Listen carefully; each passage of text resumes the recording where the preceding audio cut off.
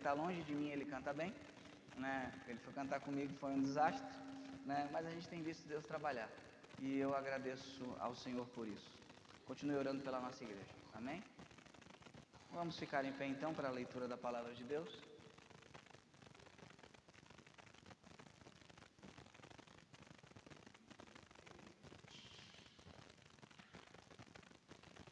Obrigado, minha irmã.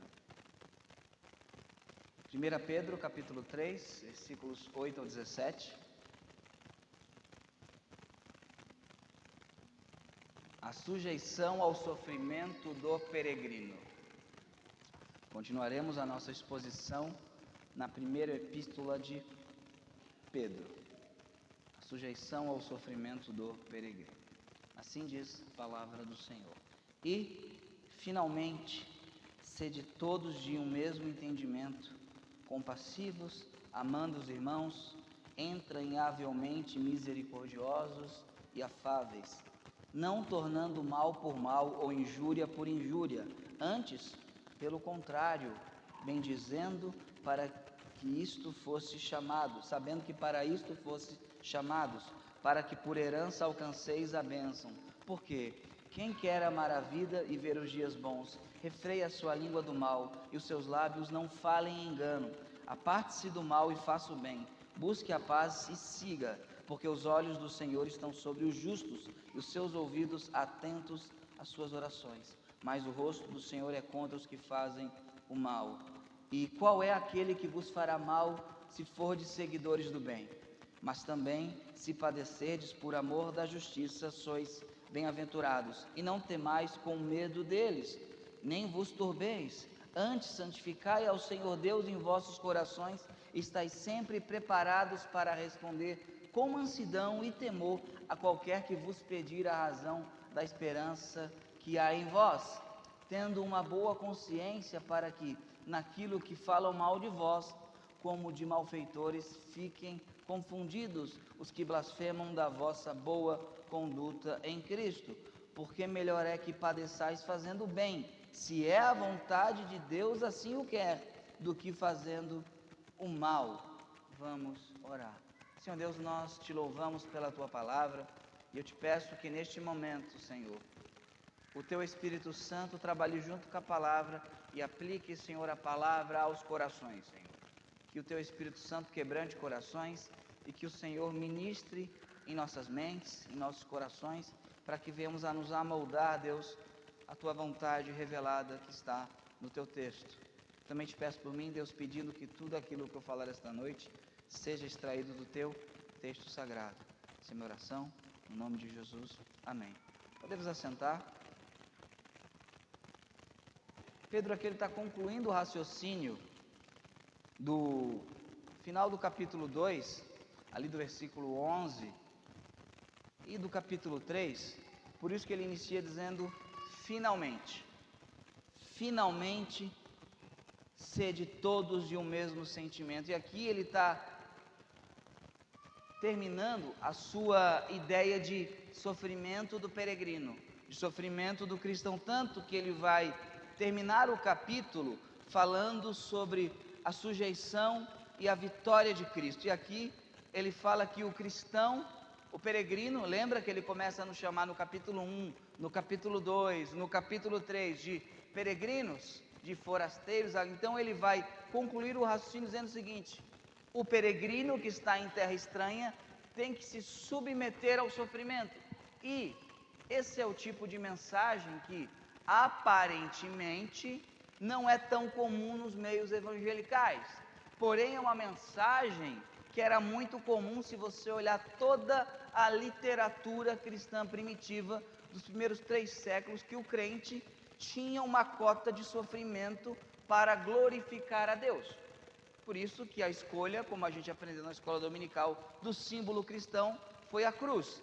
E cruz não é instrumento de carinho. Então, ao contemplarmos a jornada cristã, é impossível ignorar que nós, como peregrinos, estrangeiros, forasteiros neste mundo, nós vamos dolorosamente, muitas vezes, sofrer. Só que o apóstolo Pedro vai falar que isso é algo que nós devemos nos regozijar. Então, na epístola de Pedro aqui, ele não nos engana com promessas vazias, com promessas que tudo vai dar certo. Nem sempre tudo vai dar certo. Quem aqui, tudo o que pensou na vida deu certo? Levanta a mão. Tudo que você quis aconteceu da maneira que você queria e até melhor. Muitas vezes ocorre sofrimento, e o sofrimento que ele traz aqui não é o sofrimento do dia a dia comum que todos têm.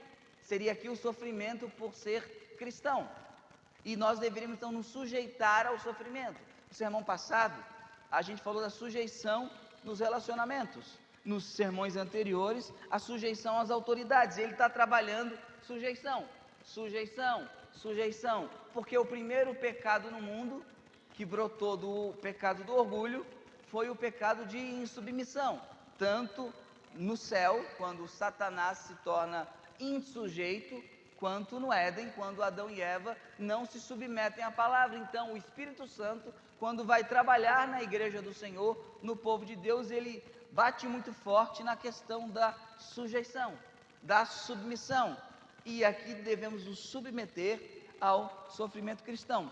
Ali em Hebreus capítulo 5, vamos abrir? Hebreus capítulo 5, versículo 8. Epístola aos Hebreus, que na minha opinião, e eu sou minoria da minoria, foi o apóstolo Paulo que escreveu, diz o seguinte, Hebreus 5, 8. Ainda que era filho, falando de Jesus, aprendeu a obediência por aquilo que padeceu, e sendo ele consumado, veio a ser a causa de eterna salvação para todos os que lhe obedecem. Então a gente observa aqui que mesmo sendo filho de Deus, tendo a natureza divina, em sua humanidade, ele aprendeu a obediência por meio do quê? Do sofrimento, por aquilo que padeceu, porque na experiência de Deus, embora ele soubesse todas as coisas, ele não tinha experimentado o sofrimento. Então, na pessoa do Filho, Jesus Cristo, ele aprende a obediência de maneira experimental. Ele sabia de maneira ontológica, mental, obviamente, como onisciente que era, mas de maneira experimental, ele aprende a obediência sofrendo, ele se sujeita ao sofrimento, e assim como o Senhor, nós somos chamados a aprender e crescer através das adversidades. Hoje mesmo, uma igreja cristã no Oriente Médio foi bombardeada, foi atacada. Isso tem acontecido, e aqui é uma falha minha. Nós deveríamos ter feito o DIP, o dia da igreja perseguida, e eu até botei no grupo e esqueci completamente, achando que era julho. Na minha leitura era julho, e não foi, era agora, mas ano que vem a gente faz. Tem um dia em que os cristãos em todo o mundo se reúnem num domingo, o domingo da igreja perseguida, para orar pelos cristãos perseguidos. Então, pode parecer aos nossos olhos ocidentais, né, que este texto de 1 Pedro é um pouco distante, mas não é. Nunca na história da igreja tanta gente se converteu, e nunca na história da igreja tanto crente foi perseguido. Eles entendem, aproximadamente entre 100 a 200 milhões de pessoas são perseguidas hoje por causa da fé em Jesus. Nunca na história teve tanta gente perseguida, mas nunca na história teve tanto crente, tantas pessoas se tornando crente. Então o sofrimento, a sujeição ao sofrimento, é algo que transcende a lógica humana. Porque como é que a gente vai responder ao mal? Se sujeitando ao sofrimento. E é isso que o texto diz. E é isso que é a loucura do Evangelho. E é isso que é a loucura da palavra de Deus, porque toda a sociedade é moldada para acabar com o sofrimento, seja o sofrimento psicológico ou o sofrimento físico. Faça o que te faz feliz, não faça aquilo que seja doloroso, que te faz sofrer. Nós somos moldados a rejeitar o sofrimento. Por isso que possivelmente somos a geração de crentes, eu falo me incluindo obviamente, com mais capacidade de fazer pelo Evangelho e que talvez menos faz pelo Evangelho, porque estamos tão confortáveis na nossa zona de conforto que o sofrimento parece algo muito distante, né? Existem dois extremos, realmente o extremo de uma teologia franciscana, achando que o sofrimento por si só, a gente tem que buscar ele. Não, de maneira alguma, você não deve buscar o sofrimento, isso não é lógico. Mas também uma outra teologia que diz que o sofrimento não pertence à vida do cristão, e a Bíblia fala que pertence, e quando vir o sofrimento você tem que se sujeitar a ele. E eu queria aqui analisar 3 pontos do texto. Primeiro, pagando o mal com bem.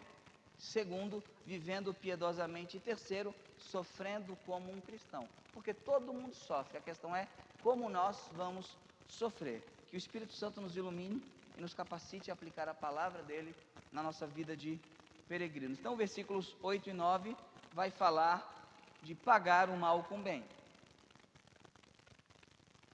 E o primeiro lugar que você tem que fazer isso é na igreja local.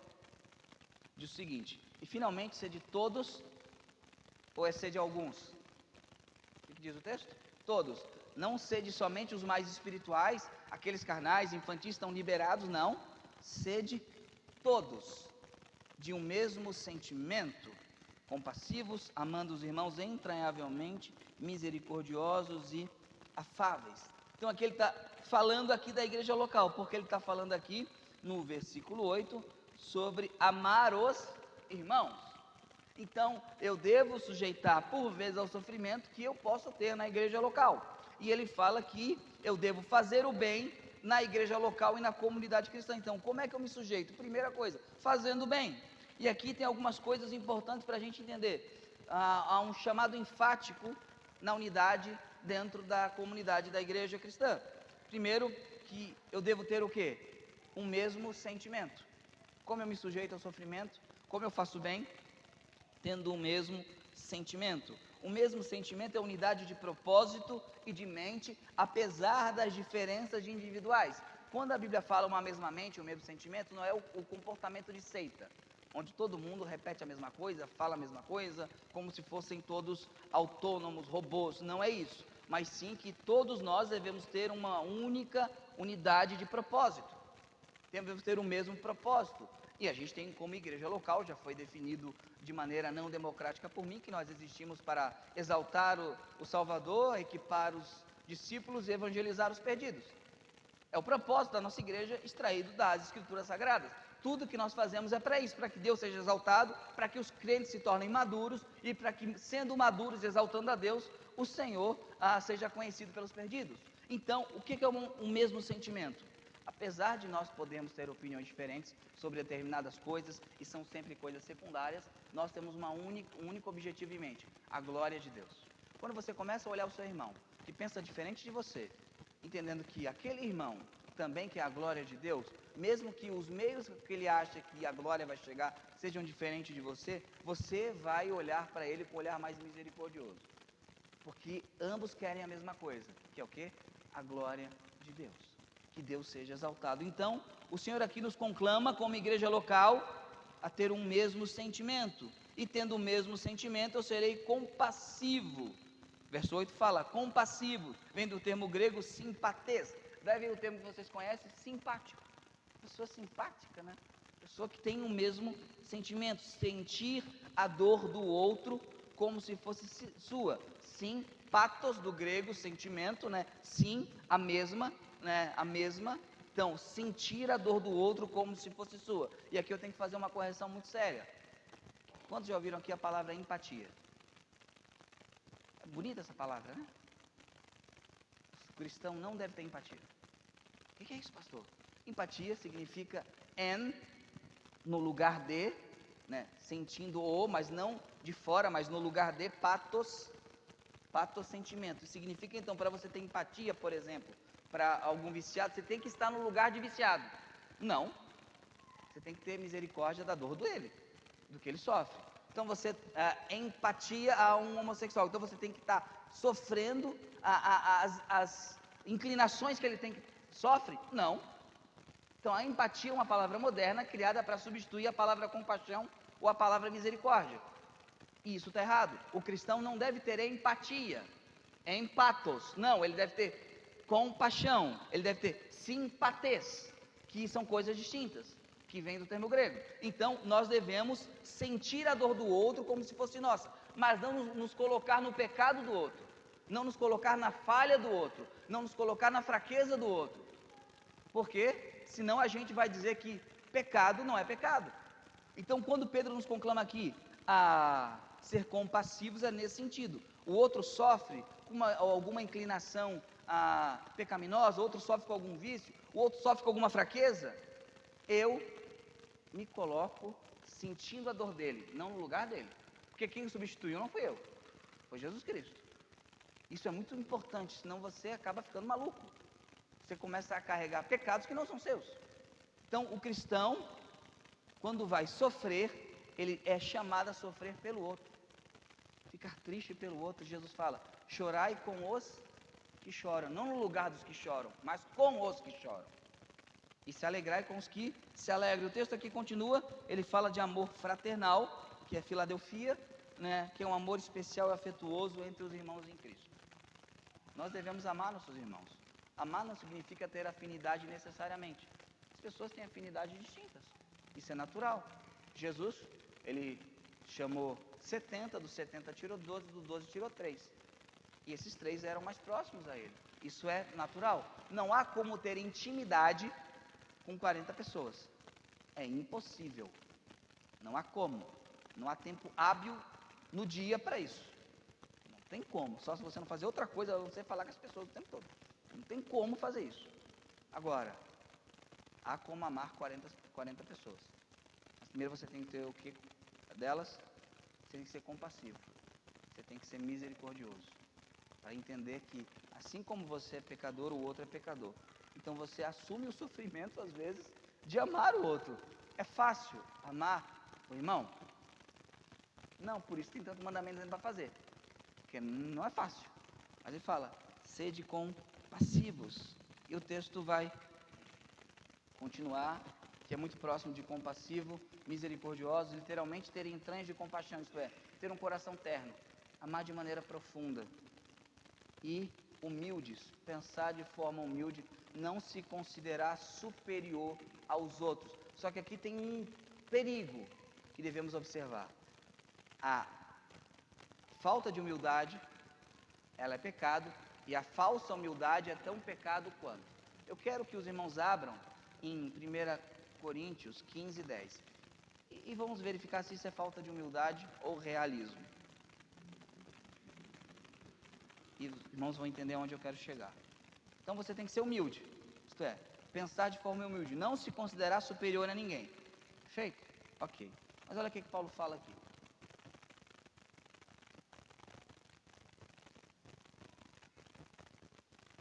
Mas, pela graça de Deus, sou o que sou. A sua graça para comigo não foi vã. Antes, trabalhei muito mais do que todos eles. Todavia não eu, mas a graça de Deus que está comigo. Paulo está sendo humilde ou não? Ele fala, olha, eu trabalhei mais que todos os outros apóstolos. Mas não eu. A graça de Deus. Ser humilde não é desconhecer o que Deus tem feito em você e o serviço que você faz para Deus. Ser humilde não é você desconhecer as suas qualificações. A falsa humildade é um perigo. É terrível a falsa humildade. Por quê? Porque ela faz você ter um discurso que é mentiroso. Paulo sabia, não, eu trabalhei mais do que eles, sim. E é verdade, é falsa humildade não, porque ele fala, mas eu só fiz isso pela graça de Deus. Não há algo em mim, mas foi Deus quem fez. Ali em Gálatas capítulo 2, versículo 6. Paulo novamente falando dos apóstolos, que ele se encontrou com os apóstolos em Jerusalém. Aí ele fala que não recebeu o evangelho de homem algum. Ele diz o seguinte, e quanto àqueles que pareciam ser alguma coisa, ele está falando aqui de Pedro, Tiago e João. E quanto àqueles que pareciam ser alguma coisa, os quais tenham sido no outro tempo, não se me dá, isto é, não me importa, Deus não aceita a aparência do homem. Esses, digo, que pareciam ser alguma coisa, nada me comunicaram. Isto é, o evangelho que eu preguei, eles não falam nada diferente do que eu prego. Se for alguma coisa, amém, glória a Deus, aleluia, mas a mim eram homens normais. Então Paulo aqui, ele não é falso humilde. Fala, não, Pedro, Tiago, gente boa, uma bênção, ó, o evangelho é o mesmo, são apenas homens, e sinceramente eu olhei para eles, são pecadores como eu. Então a humildade cristã não é a falsa humildade, não, porque eu não sou nada, não. Você tem que saber o que Deus faz em você e através de você. Claro que quando você entender que Deus está te usando, não é porque você merece, é pela graça dele. E quando isso ocorrer, você vai então poder lidar com o sofrimento seu e do outro. Deus me usa para confortar pessoas. Deus me usa para orientar pessoas que estão confusas. Deus me usa para aguentar o próprio sofrimento que se acarreta sobre mim e a minha família. Porque quando você fica com falsa humildade, isso é orgulho, porque a pessoa se orgulha disso. Essas atitudes, no entanto, não são apenas para a nossa convivência interna, elas preparam o terreno para a resposta mais radical que Pedro vai dar agora no versículo 9. E Pedro, como todo pastor, ele no versículo 8 fala, e finalmente, aí você acha que vai terminar a carta, tem mais capítulo pela frente, né? Tem mais o capítulo 4, o pastor faz isso, né? No versículo 9, ele então começa a ser mais radical, e a gente aqui vai entrar numa radicalidade. Uma coisa que a igreja primitiva era radical.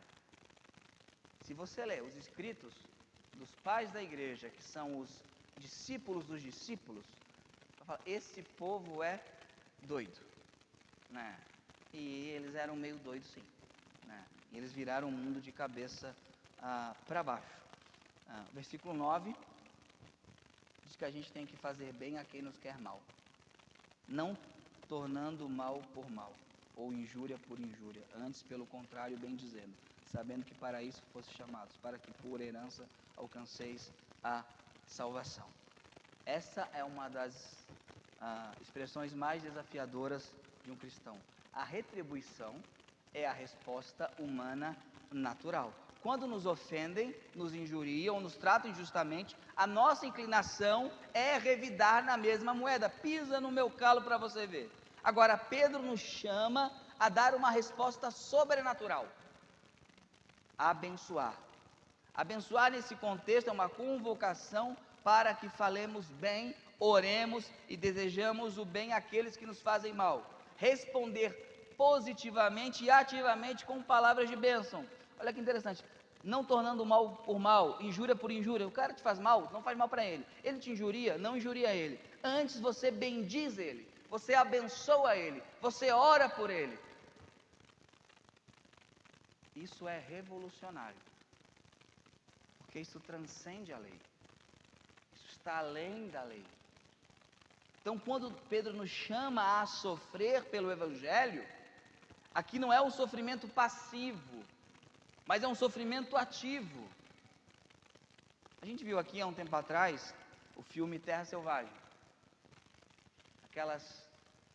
Havia um grupo de missionários, para quem não viu, que ia pregar os quechua, e os índiozinhos não podemos falar índiozinho, né? Os povos originários, né? Eles eram um pouco bravos. A gente tem a ideia de que o pessoal lá era tudo bonitinho, nada, eram terríveis. E o que eles fizeram com os missionários? Matou todo mundo.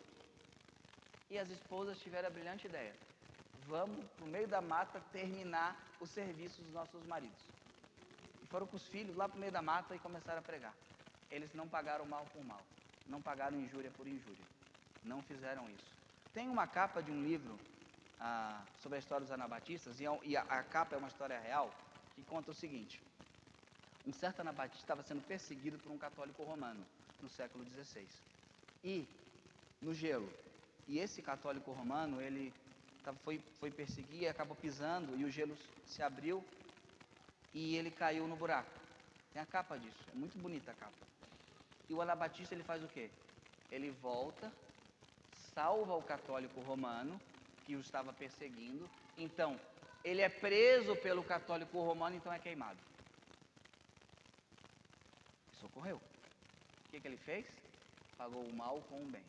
Ele não injuriou, ele abençoou. Ali em Mateus capítulo 5, versículo 44, o Senhor também nos diz a mesma coisa.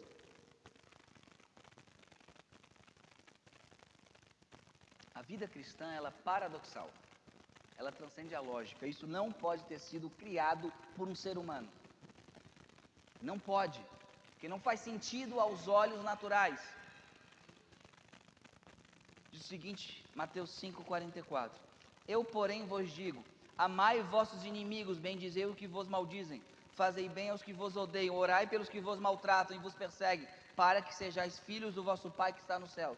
Algumas Bíblias não têm a parte B aqui, só que ela está em 99% dos manuscritos, também está na Didaquê, documento cristão do final do primeiro século. Mas olha o que Jesus fala, a maluquice: você tem que orar pelos seus inimigos. Agora, os seus inimigos, porque a Bíblia trata os inimigos de Deus de maneira diferente. Por isso tem os salmos imprecatórios, quando Davi fala: Senhor, quebra o crânio dos teus inimigos. Os inimigos de Deus são uma coisa e devem ser derrotados pela mão poderosa do Senhor. Agora, os seus inimigos pessoais, você tem que orar por eles. Você tem que bendizer. Alguém falou mal de ti, você ora: Senhor, abençoa essa pessoa, Senhor. Que o Senhor dê a ele arrependimento e fé, que o Senhor quebrante o coração dele, Senhor. Que o Senhor abençoe a família dele, Senhor. Imagina alguém te xinga e você fala: Deus te abençoe. A pessoa fica toda sem jeito. É isso que o Senhor diz, né? Fazei bem aos que vos odeiam, orai pelos que vos maltratam e perseguem, para que sejais filhos do vosso Pai que está no céu. Agora, por que essa atitude radical? O texto diz no versículo 9, a parte B: sabendo que para isto fostes chamados, para que por herança alcanceis a bênção. Sabendo que para isso fostes chamados. Nossa vocação cristã é ser herdeiro de uma bênção, e essa bênção, paradoxalmente, muitas vezes é alcançada e manifestada através da nossa resposta graciosa ao sofrimento e oposição. Quem aqui já ouviu a palavra galardão? É uma doutrina meio esquecida, mas está na Bíblia. Galardão está na Bíblia. O crente vai receber, alguns não vão receber galardão, vão passar, Deus vai olhar e falar: passa antes que eu mude de ideia, vai ali pro canto, vai, está no céu, agora tchau. Alguns vão ser assim, mas há galardão. Imagina quanto galardão crentes durante todos os séculos receberão naquele grande dia por suportarem o sofrimento em nome do Senhor, por trabalharem sofrendo em nome do Senhor e por bendizerem os seus inimigos em nome do Senhor. Quanto galardão que eles vão ter. Às vezes eu olho a biografia cristã e eu falo: que mansão nada, eu vou ter uma choupana ali, mas tá bom, né? Que eu olho o que esses homens e mulheres construíram, e fomos chamados para amaldiçoar ou para abençoar? Abençoar, mesmo aqueles que nos fazem mal, mesmo aqueles que nos perseguem, mesmo aqueles que são contra nós. E eu já fiz isso muitas vezes. Pessoas se oporam à minha fé, pessoas que não respeitavam a minha fé, no momento que elas precisaram, eu agi de maneira abençoadora na vida delas. Por quê? Porque Deus diz para fazer isso. Eu esperava retribuição? Não. Delas não. De Deus, Deus é justo e fiel. E é isso que Pedro nos chama. E diante disso ele dá a segunda informação a nós no texto. Fazemos tudo isso, suportamos o sofrimento, vivendo piedosamente. Você tem que ser piedoso e santo em meio ao sofrimento, versículos 10 e 12. Então, para reforçar o nosso chamado de pagar o mal com o bem, Pedro aqui vai citar o Salmo 34. O verso 10 ao 12 é o Salmo 34, né? Reinterpretado por Pedro, mostrando que é uma promessa de vida feliz para aqueles que buscam viver na justiça mesmo em meio ao sofrimento. Então, viver piedosamente não é uma atitude passiva, mas é uma escolha ativa e deliberada. Verso 10 e 11 fala o seguinte: por quê? Por que você tem que abençoar, não pagar o mal com o mal? Por quê? Porque quer amar a vida e viver os dias bons ou dias felizes? Refreia a sua língua do mal e os seus lábios não falem engano. Aqui um ponto importante: quem não ama Cristo não ama a vida.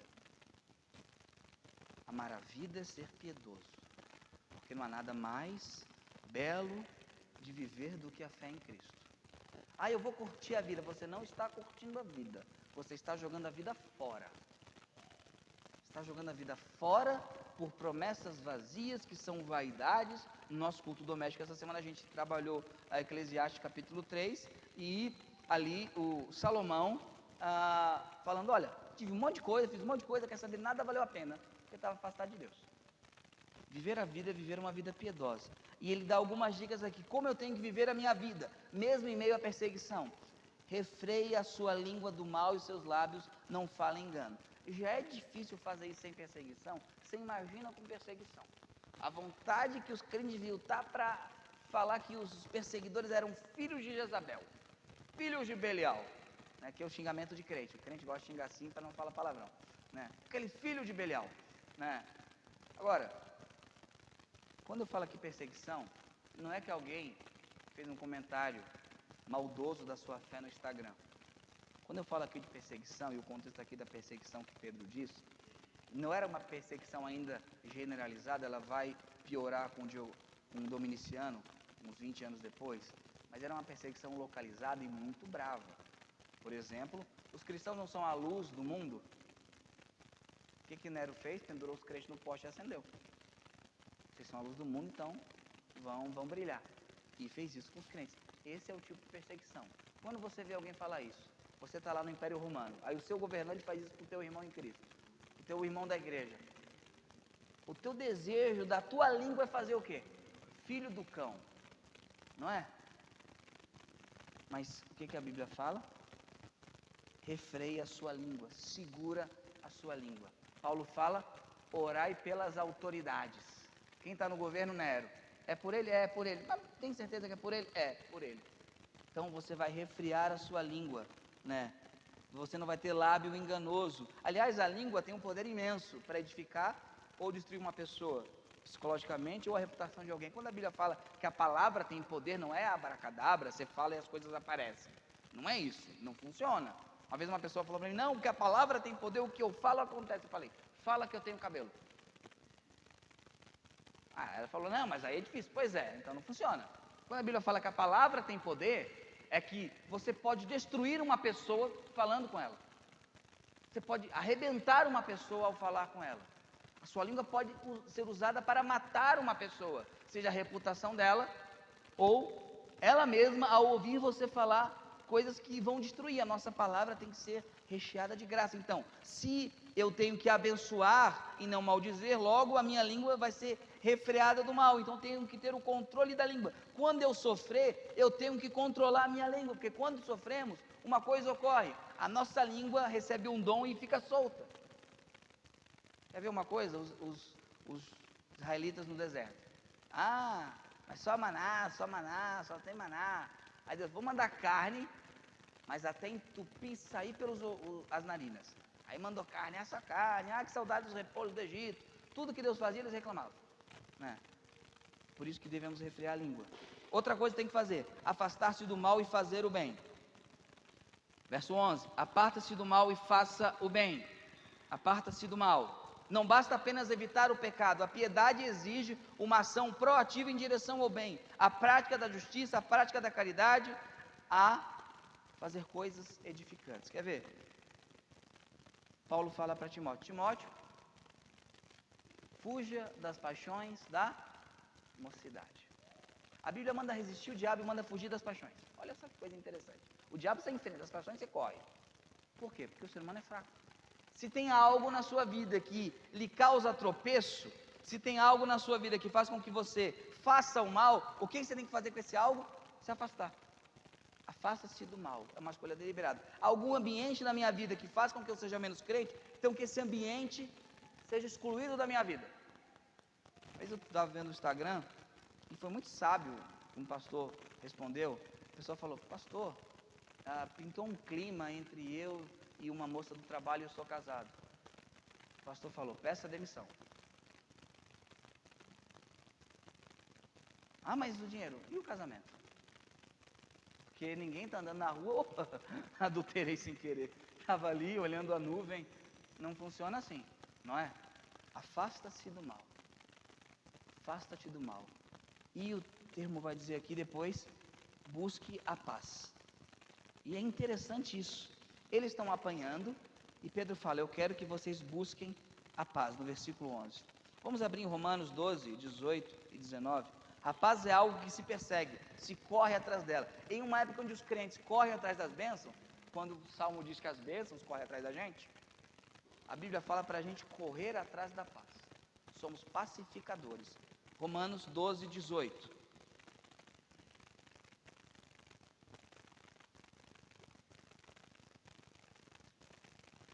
Diz o seguinte, se possível, quanto estiver em vós, tende paz com os homens mais fáceis. Não? Com quem? Com todos os homens. Verso 19, não vos vinguei a vós mesmos, amados, mas dai lugar à ira, isto é, deixa a ira de fora, porque está escrito, minha é a vingança e eu recompensarei do Senhor. Confie na justiça de Deus. não faça nada contra ninguém. Se alguém lhe impôs sofrimento, se alguém foi injusto com você, a sua resposta é joelho no chão. E deixar com que o governador do universo governe e confiar na justiça dele. Hebreus 12, 14. Você tem que buscar a paz. E olha que buscar a paz no nosso contexto é muito mais fácil. Porque no máximo vai acontecer alguém virar a cara para você. No contexto da igreja primitiva, pelo menos os primeiros 3 séculos, era apanhar. Era apanhar. Hebreus 12, 14 diz o seguinte: segui a paz com todos. E aqui é no contexto da igreja local. Hebreus 12 é o contexto da igreja local. Segui a paz com todos.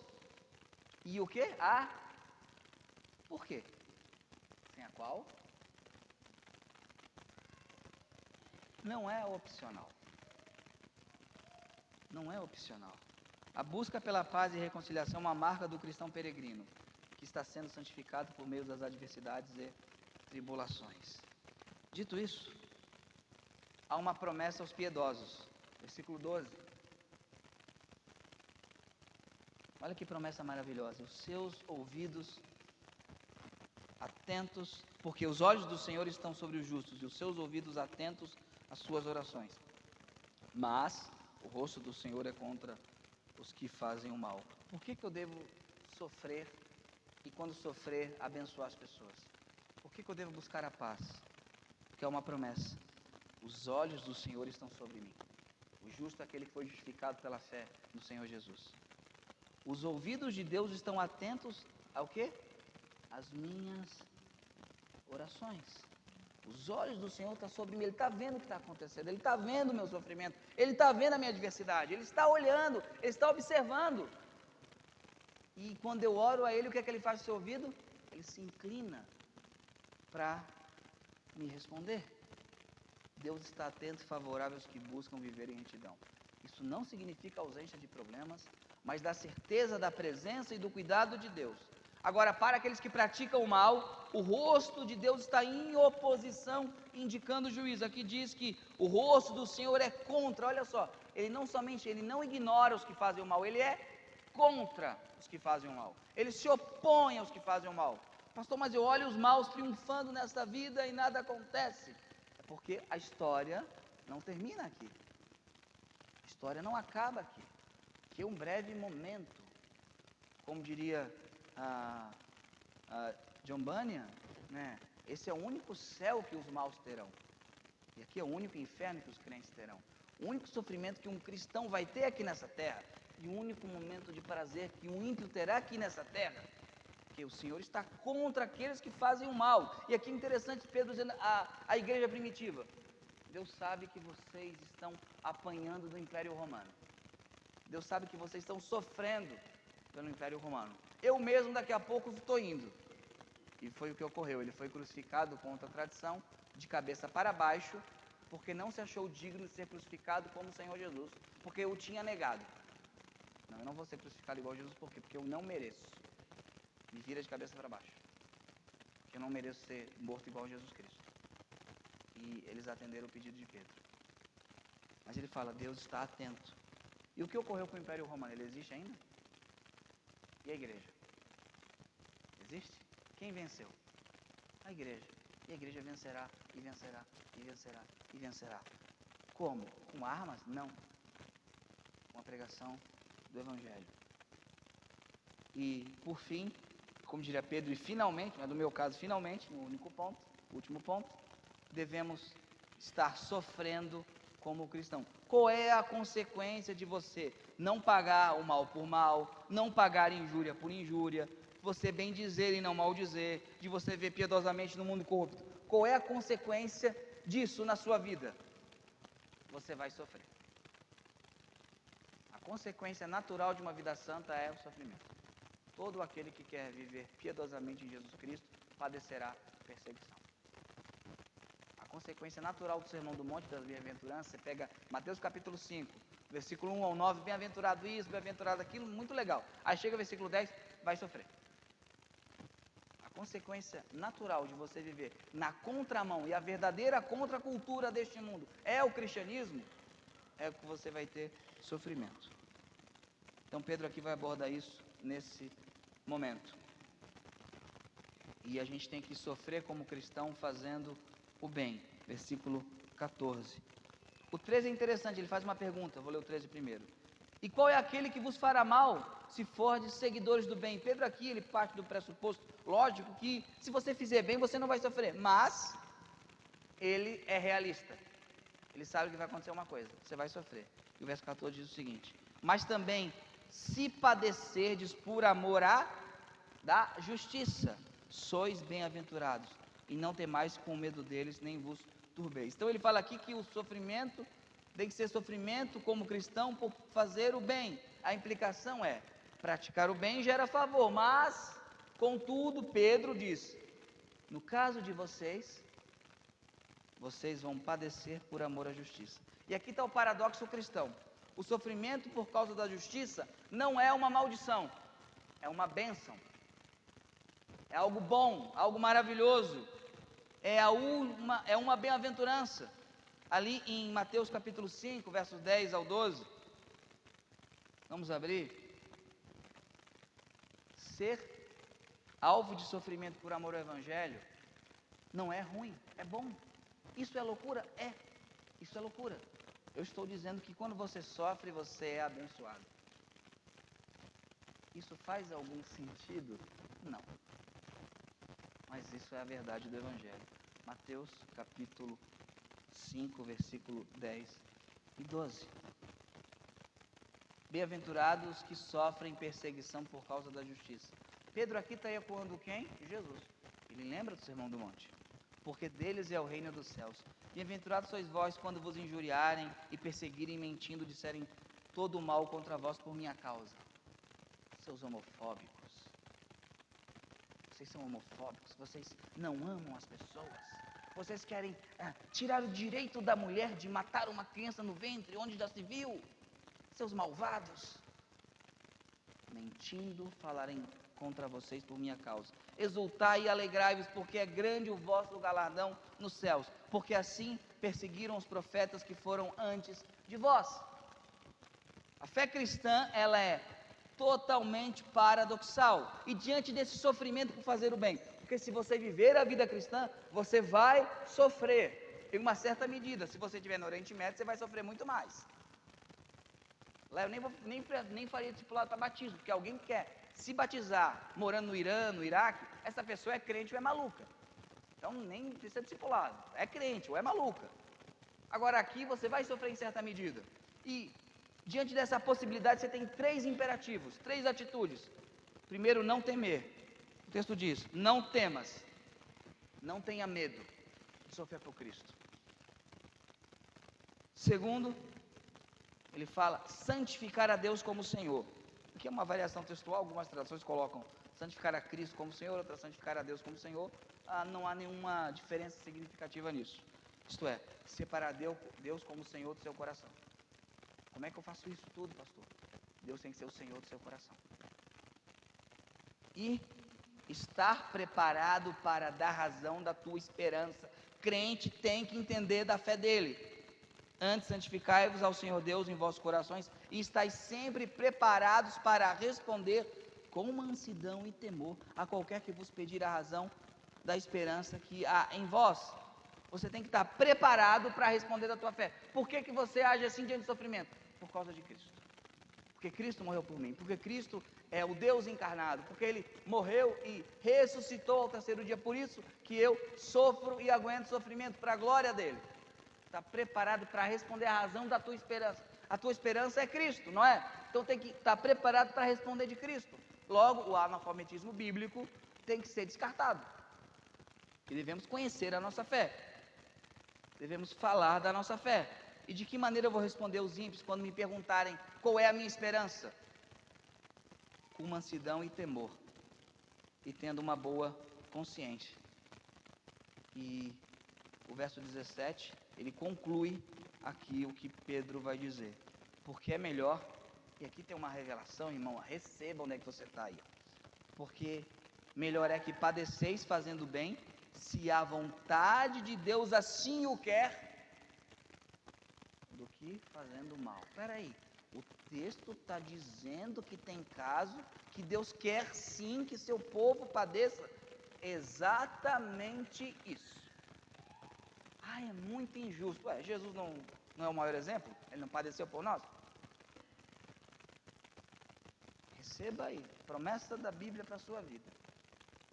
Se Deus quer que você padeça por causa do Evangelho, que bom. Que bom. Agora, não seja doido, né? Não precisa ir com os crentes primitivos estavam fazendo alguns, ir para o meio da praça dizer que César era Senhor só para ser preso. Não precisa fazer isso. A igreja falou, não é exagero. Mas que você faça isso. O sofrimento injusto por fazer o bem é preferível ao sofrimento justo por fazer o mal. O primeiro alinha-se com a vontade de Deus e traz bênção. O segundo traz juízo. Nosso sofrimento se torna um eco do sofrimento de Cristo, que sofreu o justo pelos injustos. Por isso, no final do capítulo 3, domingo que vem, no versículo 18 ao 22, eu vou falar sobre a sujeição e a vitória de Cristo, que Cristo venceu na terra, Cristo venceu no Hades, Cristo é vitorioso nos céus. Domingo que vem vai ser isso, a conclusão desse tema de sujeição. E eu termino aqui com alguns exemplos históricos breves, porque é muito comum quando nós pregamos isso, as pessoas acharem que não é possível. E a história mostra que é. Eu queria falar aqui dos nossos tataravós. Quem são os nossos tataravós? Os anabatistas. Os anabatistas foram perseguidos, foram mortos pelo Estado, foram mortos por luteranos, foram mortos por presbiterianos, foram mortos por calvinistas, foram mortos por católico romano. Então, eles apanhavam de todo mundo. Apanhavam de todo mundo. E o que eles falavam? Eu vou ler aqui algumas citações e vou encerrar. Primeiro, o Dirk Phillips, 1504 a 1568, líder anabatista, falou o seguinte: Cristo nos ensinou a viver sem espada e sem vingança, a amar nossos inimigos e a fazer o bem àqueles que nos odeiam. Essa é a verdadeira marca de um cristão. Ele foi morto. Depois, Peter Valport, século XVI, líderes dos luteritas. Não devemos usar a espada contra ninguém, nem mesmo contra os perversos, pois nos foi ensinado a amar nossos inimigos. Depois, meu teólogo amado, Baltazar Hobmeier, queimado vivo, nasceu em 1485 e faleceu em 1528, líder anabatista, fundamental para mim. Cristo não quer um reino defendido com a espada. Ele quer seu rebanho reunido pela palavra de Deus. Esses caras estavam apanhando, fugindo,